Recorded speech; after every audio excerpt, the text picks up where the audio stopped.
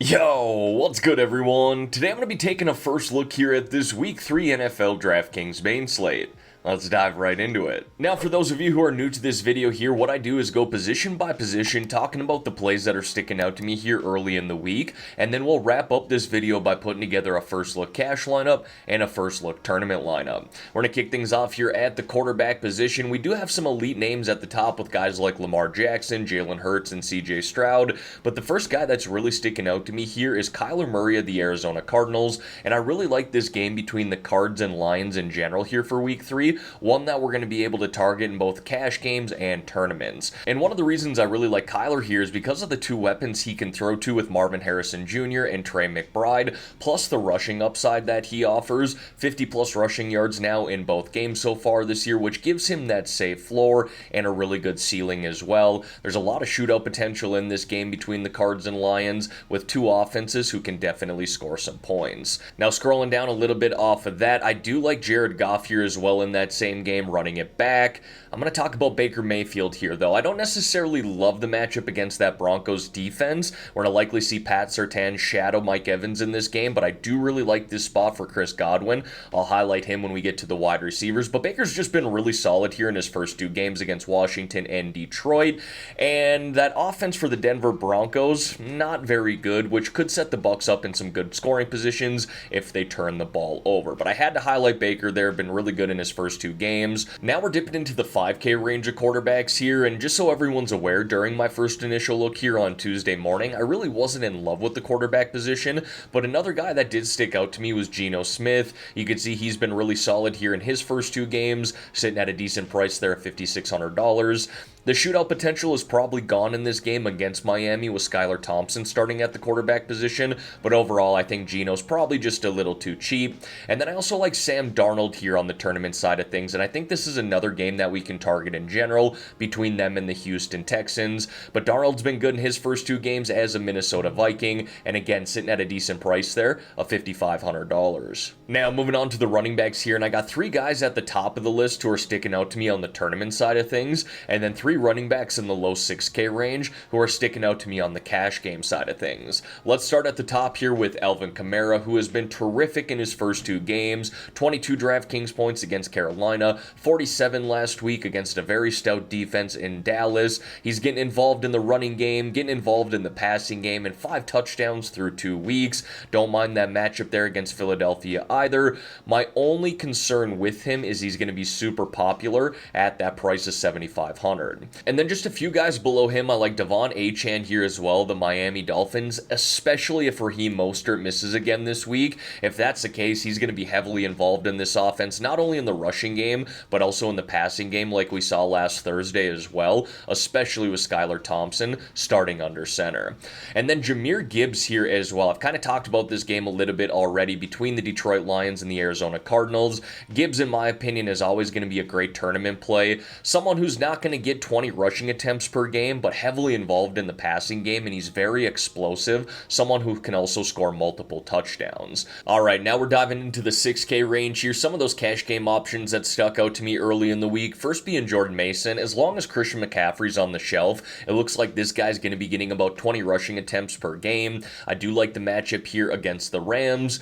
The only thing I would like to see improve is him getting a little more involved in the passing game, but again at $6,200, we need about 18.6 DraftKings points for him to hit 3x value. He's now done that in both games so far this season. I also like Zach Charbonnet here, assuming that Kenneth Walker does not play for the Seahawks this week. $6,000. He got 14 rushing attempts last week, and he hasn't been super efficient running the ball, but I do like his involvement here in the passing game, and he's putting up some decent numbers as well. And again, I don't mind that spot against Miami.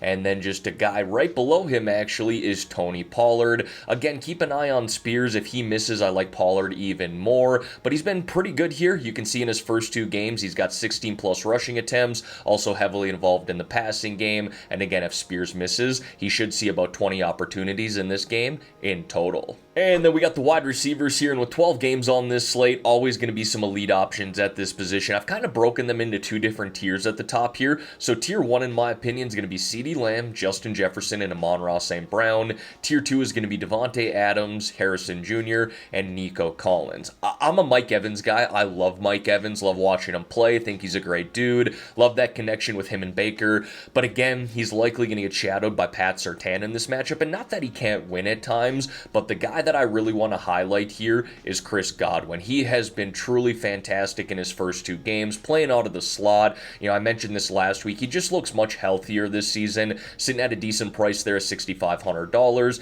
and being that Evans likely will be shadowed in this game, I'm not going to be surprised when we see this target number get into the double digits. So really like Godwin here this week in both cash games and tournaments. I like Steph Diggs going into that environment against his old team in Minnesota. I like Tank Dell as well. Like I said, that's probably a game that we can stack up in tournaments. You can see Diggs right there. Scrolling down a little bit, a guy that I do want to go back to is Jameson Williams. Now, I mentioned after week 1, I wasn't 100% sure if JMO was going to be a cash game consideration just because I wasn't 100% sure if he was truly going to be seeing close to double-digit targets week in and week out. And I know we're only 2 weeks into the season, but 11 targets again last week, and this guy is so explosive with the ball in his hands. He can score from anywhere on the field. So at that price of $5,800 and a great game environment, I do think he's a cash game consideration this week, and I love him in tournaments as well. I quickly want to scroll back up here. As I mentioned with Diggs and Dell, I do like DK Metcalf as well, and Jackson Smith and Jigba. If we want to stack him up with Geno Smith, you can see DK had 14 targets last week, and let's just creep down here to Jackson Smith and Jigba quickly. He had 16 targets last week, so really intriguing there. Again, would love if Tua was starting to make that game more of a shootout potential environment, but I do still think we can go to the Seahawks in general here against Miami.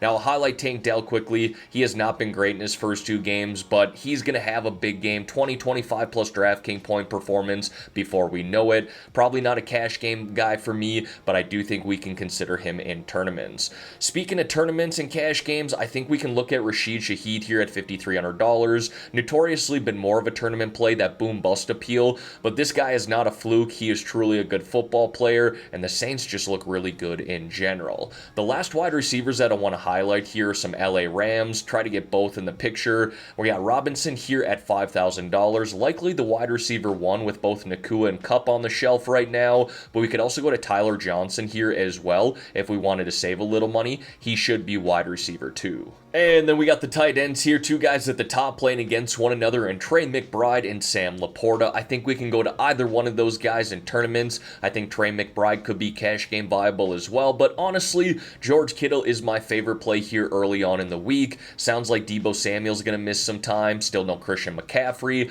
I suspect that we're going to see the 49ers and Purdy lean on George Kittle just a little bit more here in the next couple of weeks, and I don't mind that matchup against the Rams either. Brock Bowers, more of a tournament play in my opinion, but I love the matchup there against Carolina. 8 targets in week 1, 9 targets in week 2, been really effective as well. Maybe we can consider him in cash, but again, really like George Kittle there at that price for just $300 more. And then we're going to get into some of the cheaper plays here. The tight end position's always so gross. Pat Freiermuth, I don't mind him. Back-to-back weeks with 4 targets.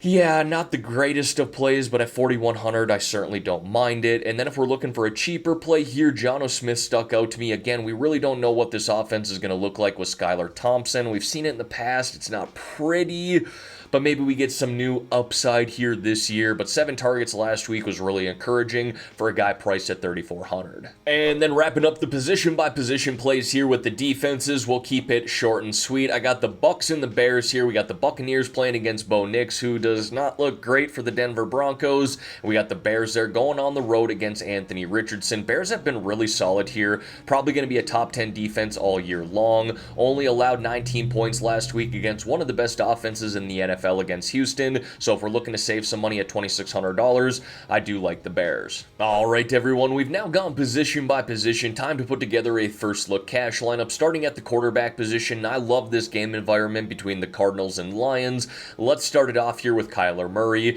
I always like putting in a quarterback with that rushing upside in my cash lineup. Now at the running back position, as I mentioned earlier, I kind of like this 6K range, so I'm going to go back to Mason here, and then I'm going to put in Charbonnet, assuming that we don't see Kenneth Walker here in week 3. Now, I do want to put in CeeDee Lamb here at the top. I'm going to staple in Chris Godwin. Love that matchup for him this week. And then I'll probably need to save a little money, but let's put in J-Mo to start. So we got 3 really solid wide receivers there in our cash lineup. I for sure have to save some money at the tight end position, so I'm going to put in Jonnu Smith. And let's just staple in a defense. We'll put in DeBears at $2,600. All right, so I got $3,800 left over. I never dive into the 3K range here during my first initial look. What are we working with? Elijah Moore, I believe, has some decent targets in his first 2 games, 6 and 8. Don't love the yardage there, but if the volume is going to be there, I certainly don't mind it. But my guess is some value is going to open up at the wide receiver position later this week. All right, now before we build this first look tournament lineup here, everyone, I am doing an NFL jersey giveaway right now in my Discord channel, which is completely free to join. Not only the Discord, but that giveaway as well. If you want to join that Discord, there's a link to do so in the description below. I'll also put a link to join in the pinned comment. If you can't find either one of those, leave me a comment on this video and I'll send you an invite there. But now let's build this first look tournament lineup. I've talked about this game between the Seahawks and Dolphins quite a bit, so let's build a stack around Geno Smith.